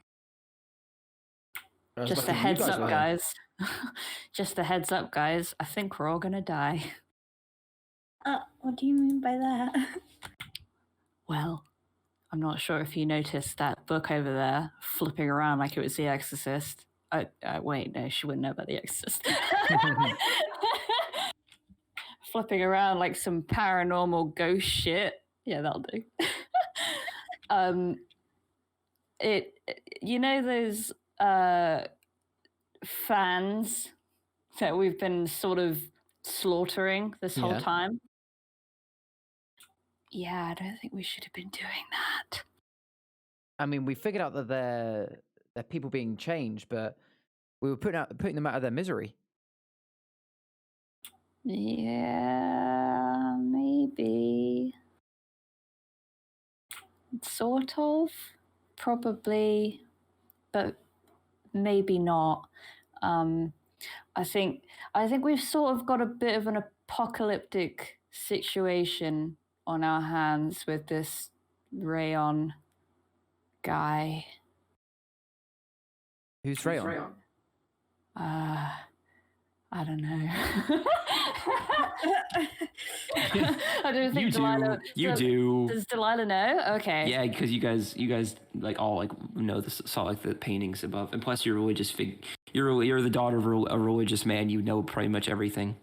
Oh, I thought that I did like religion checks before, and I didn't really know any of it. It was explained to you by other characters. Oh, okay. I'm sorry. It was 4 weeks ago. Forgive me. Oh yeah, it was a while ago. Yeah. Okay. So the others will know who Rayon is as well. Correct.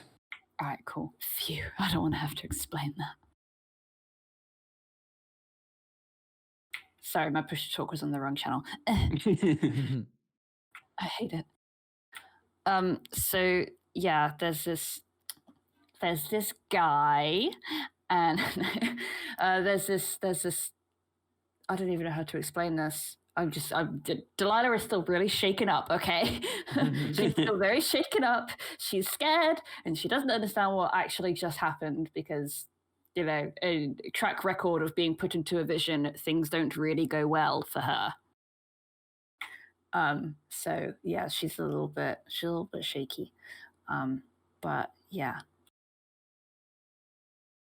I'm sorry. I'm fucked up from 2 hours of combat. I've forgotten how to roleplay. It's okay. Take your time. Thank you, Alora. I don't know if that was Millie or Alora saying that, but thank you. Well, basically, there's looking to be some kind of uprising.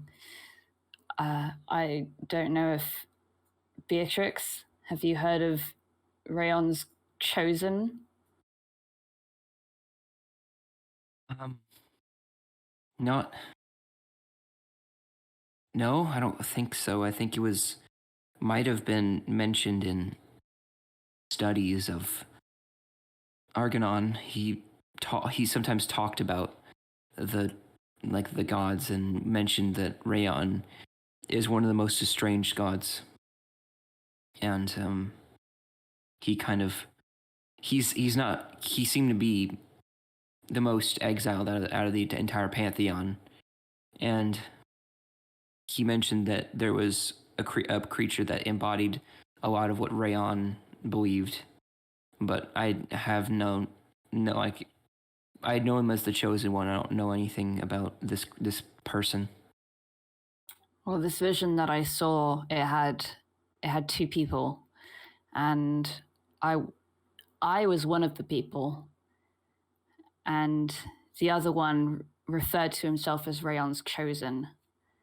And did he have a name? What's their name? Deadheart. Deadheart. Oh, Deadheart, that's it. Yes, the Deadheart. Indeed. Yeah, he mentioned the Deadheart or something. It's so fuzzy now. But I think they used to be allies, and the chosen ended up strangling him or killing him somehow, and then he came back as a fish man, and it was all very fucky, and all this was in I a really book? just want a glass of wine right now. All of this was in a book? Yeah, I don't fucking know. Well, do you want to go take the book? Sounds like a it sounds page important. It sounds like an important book. I'm not touching that shit again. Just touches it while time to start again. It just vomits on the podium. You can take the book, fine, but I'm not touching it. I'm not looking at it. I've had enough of creepy fucking visions being forced upon me that I want nothing to do with, okay? Thank you very much, Beatrix, by the way, for that. And also, whoever you didn't wrote even try and take the book. You almost died for it. You didn't even take it. No, I'm not touching something that he killed me. It did not kill you. Come on. Oh, okay. It's fine. I was just in the position of somebody being strangled, and I could literally feeling my life leave my body, and then suddenly I'm climbing out of some kind of mass grave as a fishman, and I'm realizing that every decision that I've ever made in my life has been for fucking nothing, and now I'm monologuing about myself and not the man who I was actually possessing in the vision. Lyris just comes up and I've got a lot hugs going on tightly. right now. Like just during that run, like Lyris just comes up and hugs Delilah tightly. Yeah, Laura's the same. Fine, I'll go grab the book, bitch. What's going on? You want to fucking go? I would like to roll initiative for a battle with Beatrix. Well, okay, so as you're mid sentence, though you feel Lyris kind of like takes a kneel, honestly, for how tall he is, but he takes a kneel and he embraces you heavily, basically. Heavily. Yeah, it's a tight hug. What can I say? Oh, I feel so loved. Yeah, Delilah's catatonic. Yes, she's not really saying anything now. She's kind of like can't get words out. So it's kind of enjoying like a moment of silence while like Beatrix kind of just like shuffles over to the book and is just kind of like, let me look, like, and she kind of the book shut itself, by the way. Mm-hmm. And it's just kind of sitting there, and she's like, does it have a title? And I have a blurb. While you guys are like in the hug, she kind of just like stands there because it's kind of like waiting next to the book for the hug to end or whatever. Lyris, is it just a hug, or do you? And yeah, I'm just comfort. Yeah. Is it just a hug? I don't know if you want to say anything or anything like that. No, I'm just hugging her tightly. Just rubbing her head. Shh, it's okay. It's okay. Where's my teddy bear? Cute. It's in your bag. I'm gonna take the teddy bear out and I'm gonna hug it. I just imagine like she's just like snot. Yeah. Just brings the teddy bear. Burying my face into the teddy bear, like, ah. Yeah, and then she's kind of just like, well, I guess I'll just take it. And she kind of just grabs the book and just kind of like, she's kind of like tries to like wiggle the book. It's like, guys, the book isn't moving. I can't take it. Like, Guess you're pretty weak then, huh? She's gonna try and make a strength check. I wouldn't even bother making a strength check as Delilah, honestly. 1 moment.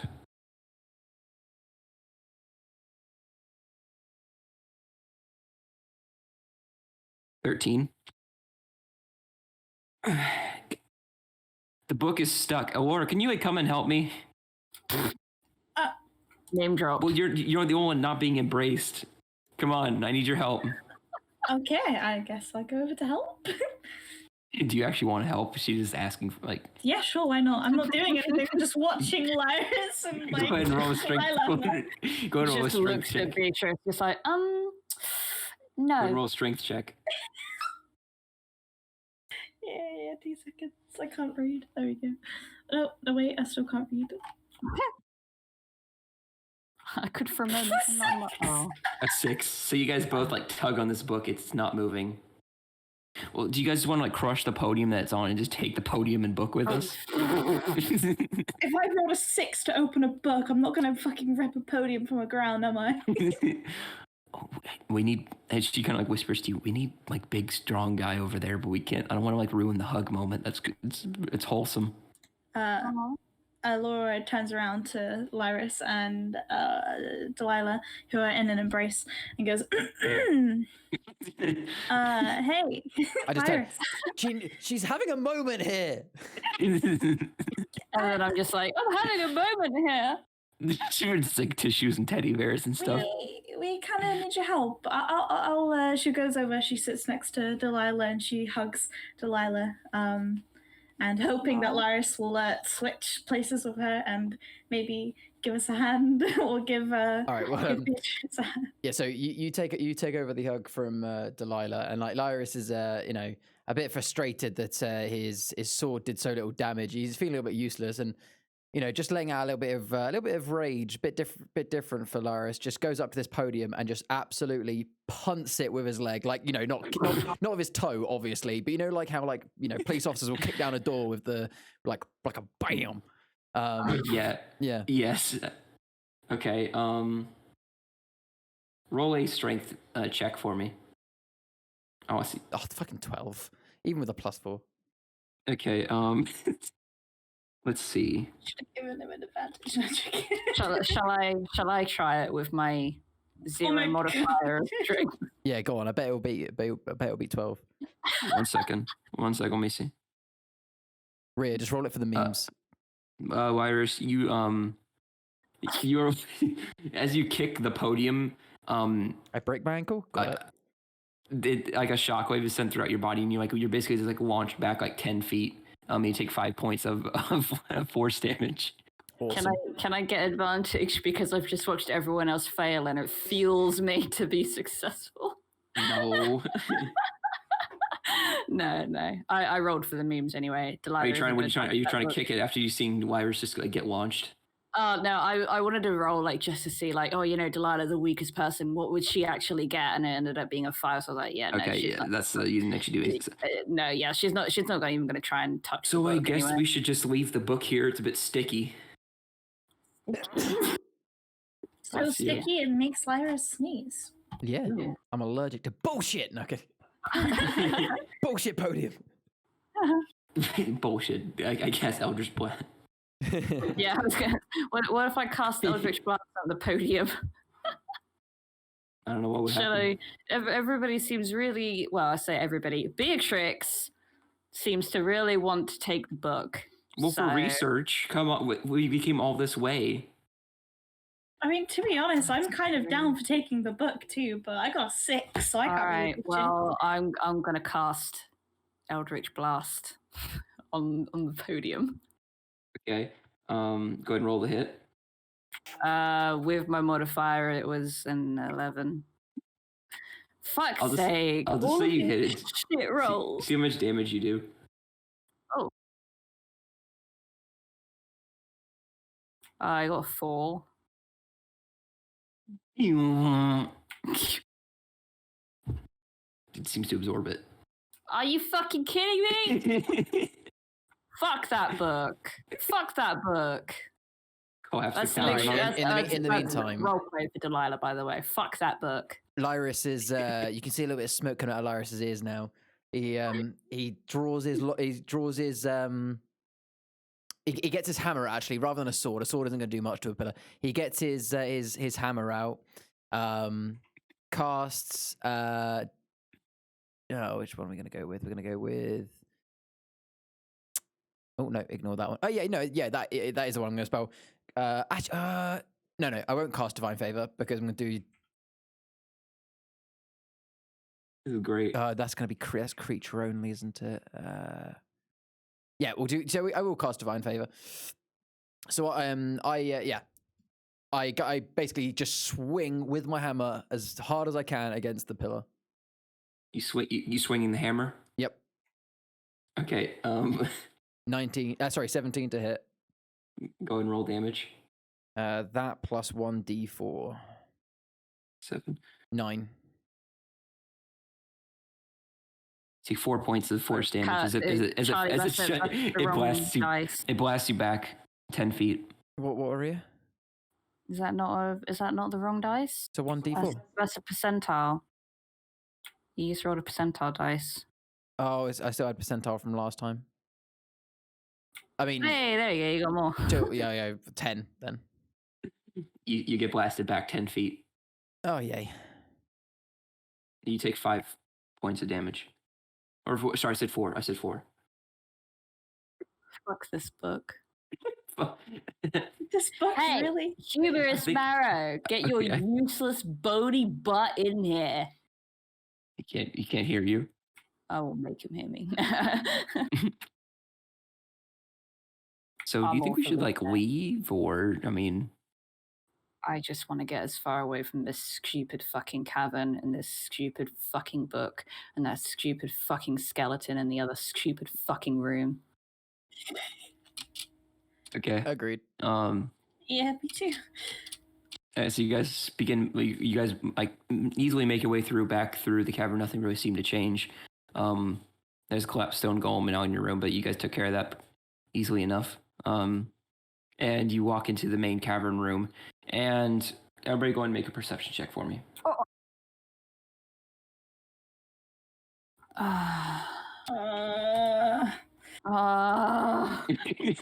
7, 11. Oh my god. The most you guys can make out is Humorous Marrow is not there anymore. The bodies are still there. And the stone cave painting is now gone as well. Bruh. That little fucking shitty skeleton. We are rolling so badly. As soon as combat ended, I mean, even before, even during combat, our rolls were shit. This has not been a good day for the dice. So, after seeing all this, what do you guys want to do at this point? Leave. Yeah, you guys just tail between your legs, walk out slowly, and just walk out and leave. So you guys are now in the swampy bogs of the foreboding bogs. What would you guys like to do at this point? Rest. Yeah. A long rest. Charlie, I haven't seen you this sad in a while. So you guys just want to go ahead and go and set up camp? I think we need to. Yeah. Yeah. Okay. And as you guys go and set up camp, that's where we're going to end tonight's session. Sounds good. Hopefully not at the same place where, we buried all of those massacred bodies of men, women, and children. For warmth. For warmth. They're dead in the ground. Freezing cold. Rigor mortis is fully set in. So you guys, I'll assume you guys go and find a suitable spot for a camp in the best place you can for a marshland. But we'll go ahead and set up camp and roll for watches next time. Sounds good. So do not heal up yourselves or anything like that yet. So today was a really fun combat run. I got to try out some of the new toys with the stone golem. The golem. But thank you everybody for watching this video. We appreciate you coming along for this journey thus far. We appreciate all of you. We love you guys so much. Thank you for watching this episode. We are very grateful we get to do this and able to entertain you in any way we kind of can. So have a great time. We'll hopefully see you 2 weeks from now, and catch you later, guys. Bye-bye. See you, bye. Bye. Ooh, woo. There's always a new woo. Always. It's not a thing.